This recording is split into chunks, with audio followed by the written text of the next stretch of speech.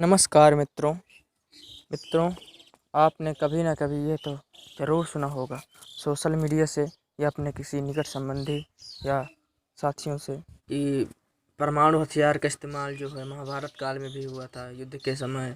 और हमारे भारतीय पुराने इतिहास में पीछे 5000 ईसा वर्ष पूर्व कई जगह या उससे भी लाखों वर्ष पूर्व जो युद्ध हुए जो कि हमारे पुराणों में उल्लिखित हैं, उनमें भी कई विध्वंसक और विनाशकारी अस्त्र शस्त्रों का उपयोग हुआ है। तो क्या यह सत्य है कि जो आज हम परमाणु हथियारों के बारे में हमारी जो सोच है, जो जानकारी है वो पूरी है, स्पष्ट है कि इसकी क्या जो खोज है वो हाल ही में हुई है कुछ 100 वर्षों में, या इससे सच्चाई बिल्कुल अलग है? आज हम इसी विषय में इस वीडियो में चर्चा करेंगे। तो चलिए सबसे पहले हम हाइड्रोजन बम और सूर्य से समानता के बारे में चर्चा कर लेते हैं। तो सूर्य के अंदर जिस प्रक्रिया के होने से हमें उससे निरंतर जो ऊर्जा प्राप्त हो रही है, हाइड्रोजन बम भी ठीक उसी प्रक्रिया पर काम करता है।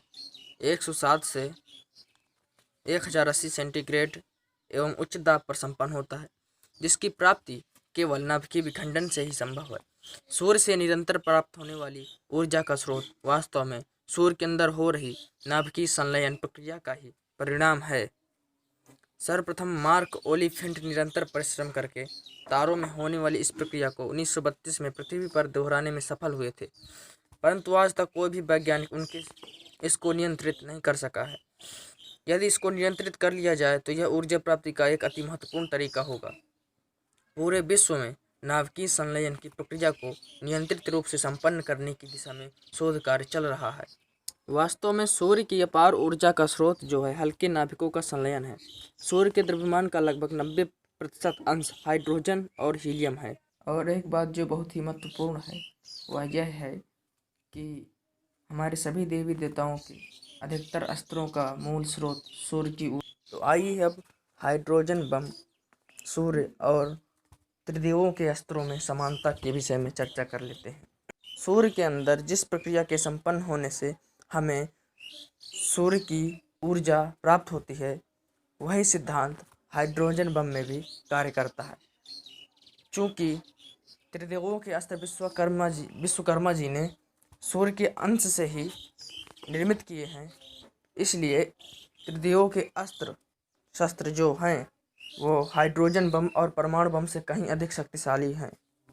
अगर ये सब एक काल्पनिक है, ये मान भी लिया जाए, तो ये कैसे संभव है कि हमारे पूर्वजों को ये मालूम रहा होगा कि हाइड्रोजन बम और सूर्य में क्या समानता है, या सूर्य किस प्रक्रिया के तहत अपनी ऊर्जा को उत्पन्न करता है।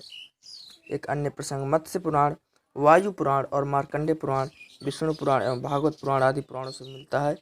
इसमें कथा के अनुसार सूर्य की संज्ञा नामक पत्नी उनके असाध्य तेज को सहन न कर सकने के कारण उत्तर कुरु में तपस्या करने चली गई। जब सूर्य को इसका पता चला तो उन्होंने अपने ससुर विश्वकर्मा से अपना तेज कम करने का आग्रह किया।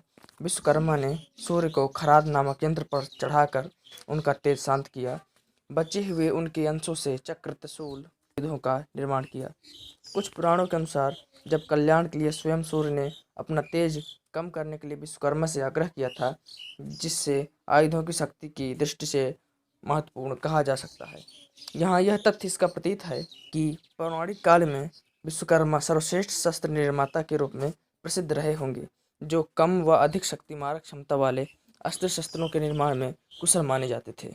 शस्त्रों के विषय में चर्चा की दृष्टि से ऋग्वेद, अथर्ववेद, ऐतरेय ब्राह्मण, रामायण, महाभारत, पुराण, अर्थशास्त्र, रघुवंश, नीति, प्रकाशिका, अपराजित पृच्छा, शिल्प रत्न आदि ग्रंथों को महत्वपूर्ण माना जा सकता है। ऋग्वेद के 5वें मंडल में विभिन्न प्रकार के सुरक्षात्मक अस्त्र शस्त्रों का वर्णन प्राप्त होता है।